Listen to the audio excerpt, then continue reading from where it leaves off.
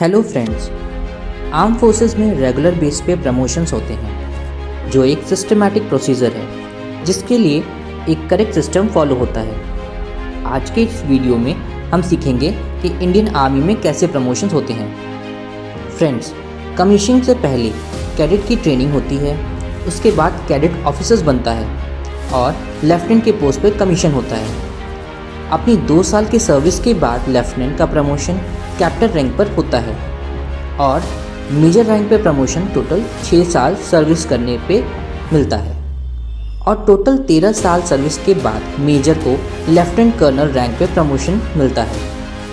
Friends, lieutenant colonel की rank पर पहुंचने पर ऑफिसर्स के पार्ट बी एग्ज़ाम के 6 पेपर और पार्ट डी एग्ज़ाम के 6 पेपर, जिसमें सब्जेक्ट्स होते हैं like tactics, military history, current affairs, administration और मॉरल और मिलिट्री लॉ क्लियर हो जाना चाहिए।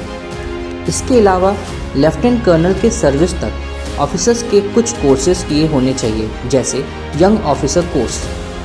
इन सभी कोर्सेज में ऑफिसर्स सर्टेन ग्रेडिंग से पास होते हैं। सारे ऑफिसर्स की परफॉर्मेंस पर बेस्ड ACR यानी एनुअल कॉन्फिडेंशियल रिपोर्ट प्रिपेयर होती है।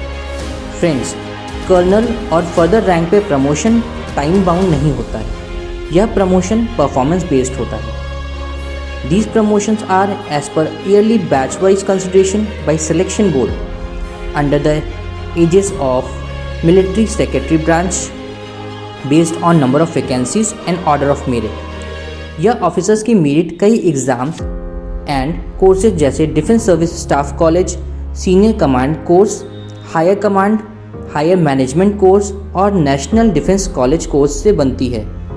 और यह बिल्कुल सही है कि ACR काफ़ी इम्पॉर्टेंट रोल प्ले करता है, यानी यह तो फिक्स है कि कर्नल एंड फर्दर रैंक्स में प्रमोशन सबका नहीं होता है। प्रमोशंस एक समय के बाद पिरामिड शेप ले लेता है, जहां ऊपर जाते जाते पिरामिड छोटा होता जाता है। नियरली जितने भी ऑफिसर्स को कर्नल रैंक पे प्रमोशन के लिए कंसिडर किया जाता है वह या तो हाई एवरेज दैट इज़ 5 और 6 ग्रेड पॉइंट्स और अबव एवरेज दैट इज़ 7 और 8 पॉइंट्स के साथ होते हैं। अगर हम एक बैच की बात करें तो less than 30% officers colonel rank पर प्रमोट होते हैं और यह पिरामिड वक्त के साथ साथ पतला होता जाता है और फाइनली वहाँ केवल एक 4 स्टार जनरल होता है जिसके अंडर में 4 से 5 बैचेस के अप्रॉक्सीमेटली 5000 ऑफिसर्स होते हैं। इसका क्लियर मतलब है कि सेना में प्रमोशन परफॉर्मेंस बेसिस पे होते हैं।